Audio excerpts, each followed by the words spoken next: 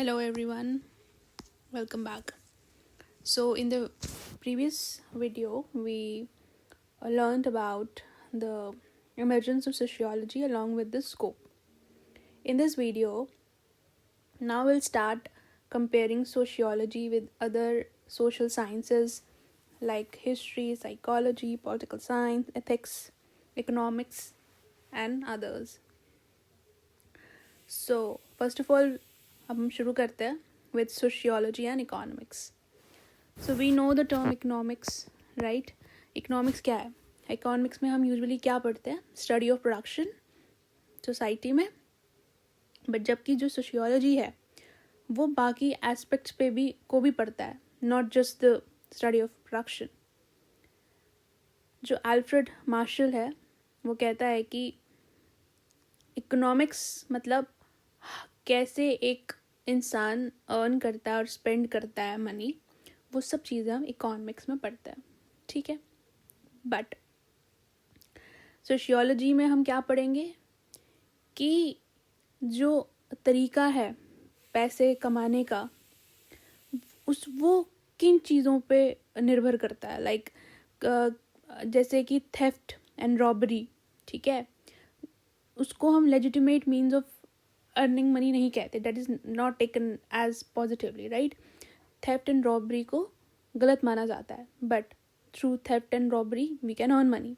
But society में उस चीज़ को इलेजिटिमेट माना जाता है, ठीक है. वैसे ही जो कंजम्पशन बिहेवियर है हमारा, कि हम क्या कंज्यूम करते हैं, ठीक है. फॉर एग्जाम्पल लेते थे क्लोथ्स के, ठीक है. सर्टन जैसे अगर हम किसी रूरल एरिया में जाएंगे, वहाँ पे कपड़े पहनने का तरीका कुछ डिफरेंट होगा, ठीक है. तो वहाँ पे जो उनकी जो सोसाइटल वैल्यू है वो कहीं ना कहीं कंजम्पशन बिहेवियर को शेप कर रही है कि हमें इसी तरह के कपड़े पहनने हैं, ठीक है. हर विलेज का अपना एक कस्टम होता है ना, हर कोई अपने तरीके से कपड़े पहनता है. तो वैसे ही वो कहीं ना कहीं कंजम्पशन बिहेवियर, ठीक है. जब आप दुकान के पास जाओगे आपके पास डिफरेंट ऑप्शन होंगे, but you will prefer to buy only those thing जो आपके सोसाइटी में चल रहा है, ठीक है. तो कहीं ना कहीं हमारा कंजम्पशन बिहेवियर वो गाइड करता है. बट इकोनॉमिक्स में हम इन चीज़ों को एक्सटर्नैलिटीज़ का कहते हैं, हम ये चीज़ें नहीं पढ़ते हैं, राइट. सोशल चीज़ें जो सोशोलॉजिकल चीज़ों से इन्फ्लुएंस होती हैं सोसाइटी की, वो हम इकोनॉमिक्स में नहीं पढ़ते. जैसे कि सुसाइड है और पोल्यूशन है. सुसाइड का एक एग्जांपल दूंगी. फॉर एग्जांपल फार्मर है, ठीक है. फार्मर में सुसाइड ज़्यादा क्यों होते हैं? क्योंकि फिनेंशियल बर्डन की वजह से. फिनेंशियल बर्डन मीन इकोनॉमिक्स, ठीक है. कहीं ना कहीं इकोनॉमिक एक्टिविटी उसको आउटपुट नहीं मिल रहा है, फिनेंशियल बर्डन बन गया है, लोन नहीं वो चुका पा रहा है. तो somewhere it is leading him to go for suicide, right. तो इकोनॉमिक्स में हम ये चीज़ें नहीं पढ़ेंगे कि वहाँ पे उसने सुसाइड क्यों किया, but in sociology we will read कि अगर उसने सुसाइड किया है तो उसके पीछे क्या रीजंस थे. जैसे कि इकोनॉमिक एक फैक्टर हो सकता है. तो इकोनॉमिक्स में इन चीज़ों को एक्सटर्नलिटीज़ बोला जाएगा, but in sociology we will read these factors, क्यों हो रहा है, क्या रीज़न है और कैसी चीज़ें इफेक्ट हो रही हैं, ठीक है. अब जैसे मास सिस्टम, ठीक. कार्ल मार्क्स, जो कार्ल मार्क्स सबसे पहला थिंकर है जो हम सोशियोलॉजिकल थिंकर में पढ़ेंगे. जब भी आपको जहाँ पे भी कार्ल मार्क्स का नाम दिखेगा आपको एक ही चीज़ दिमाग में आनी चाहिए, और that is haves and have not, ठीक है. हैव्स मतलब जिनके पास रिसोर्सेज हैं, और हैव नॉट्स जिनके पास रिसोर्सेज नहीं हैं. तो it's always about haves and have nots. Karl Marx haves हैव्स और हैव नॉट की बात करता है. इसको हम डिटेल में पढ़ेंगे पर चैप्टर 4 में. अभी विल स्किप क्योंकि उसको डिटेल में पढ़ेंगे तब ज़्यादा समझ में आएगा. तो जैसे ये टेबल बनाया गया है यहाँ पे इकोनॉमिक्स और सोशियोलॉजी का डिफरेंस बता रहा है. तो इकोनॉमिक्स में हमें पता है कि जो स्कोप है बहुत स्पेसिफिक है, नैरो है, मतलब सिर्फ लॉज ऑफ प्रोडक्शन पढ़ेंगे, इकोनॉमिक एक्टिविटीज़ को पढ़ेंगे, ठीक है. पर सोशियोलॉजी में हम सारे एस्पेक्ट्स पढ़ते हैं ह्यूमन एक्टिविटी के, just not only just economics, we read other aspects as well. Economics में क्या हम पढ़ेंगे? Price and supply, money flow कैसा चल रहा है, इनपुट आउटपुट रेशियो क्या है. बट सोशियोलॉजी में हम क्या पढ़ेंगे? सप्लाई ऑफ लेबर कैसे इफ़ेक्ट होता है वैल्यूज़ और प्रेफरेंसेस से, ठीक है. एजुकेशन, इकोनॉमिक बिहेवियर को कैसे इन्फ्लुएंस करती है, कास्ट सिस्टम कैसे लीड करता है इकोनॉमिक डेवलपमेंट में, ठीक। वैसे ही इकोनॉमिक्स में हम पढ़ेंगे ओनरशिप, ज़्यादा हम ओनरशिप के बारे में पढ़ते हैं, ownership of and relationship of means to production, right. But sociology में हम कैसे सोशल फैक्टर्स जो हैं हमारी सोसाइटी में वो कैसे इन्फ्लुएंस करते हैं इकोनॉमिक बिहेवियर, हम वो सब पढ़ते हैं। इकोनॉमिक की जो थ्योरीज हैं वो हमें लॉज देने की कोशिश करती हैं, ठीक है, जो कि एक फेयर एक्यूरेसी पे डेवलप होती हैं।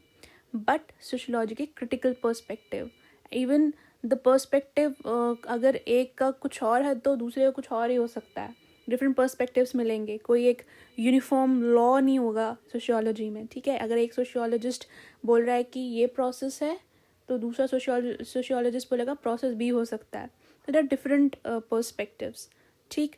वैसे ही जो स्कोप है ऑफ जो theory building law is more economic का क्या है कि लॉ ऑफ डिमांड और सप्लाई इज़ यूनिवर्सल, ठीक है। एप्लीकेशन इट मीन्स कि यूनिवर्सल, अगर यहाँ पे इकोनॉमिक्स में डिमांड और सप्लाई का जो रिलेशनशिप है वो इंडिया में भी सेम रहेगा और वेस्टर्न कंट्रीज़ में भी सेम रहेगा, ठीक है। सेम लॉज होंगे आगे पीछे, वहाँ पे अलग नहीं दिखा रहे होंगे। But sociologically is not, sociological laws are not universal in nature.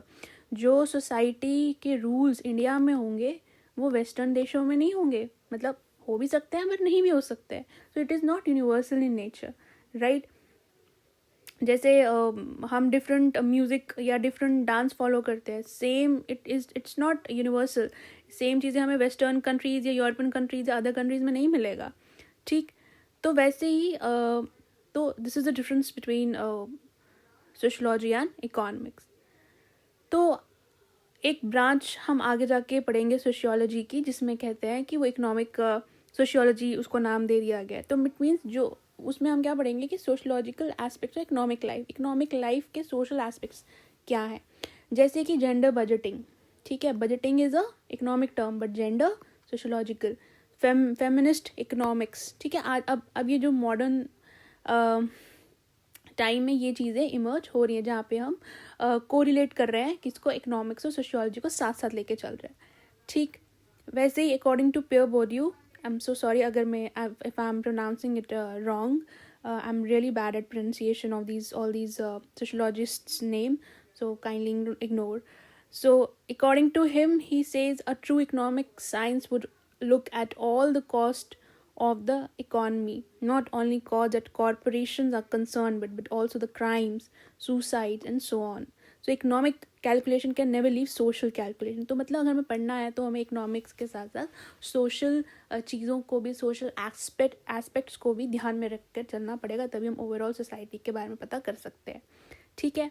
सो कभी भी आपको ये एक ऐसा क्वेश्चन आएगा कि डिफरेंस बताओ, यूजुअली देखा जाता है जब भी क्वेश्चन आता है इमर्जेंस ऑफ सोशियोलॉजी या स्कोप ऑफ सोशियोलॉजी के साथ एक 10 मार्कर डिफ्रेंशिएट करने को बोल देते हैं विद सोशियोलॉजी और कोई भी अदर हो सकता है, कोई भी अदर सोशल साइंस हो सकता है। आज हमने इकोनॉमिक्स कवर कर लिया, कल हम नेक्स्ट पढ़ेंगे that is sociology and psychology. तो कभी आपको ऐसा क्वेश्चन आएगा तो ट्राई, जैसे इन्होंने यहाँ पे इस बुक में लिखा हुआ है, पहले एक इंट्रोडक्शन का काम किया, फिर डिफरेंस और कहीं ना कहीं एंड में उनका कोरिलेशन भी दे दिया हुआ है। तो somewhere you have to write like this. तो I hope you understood what I'm trying to teach, and I hope you like the video. Please like and share, and thank you for watching, and work hard. All the best. Good luck.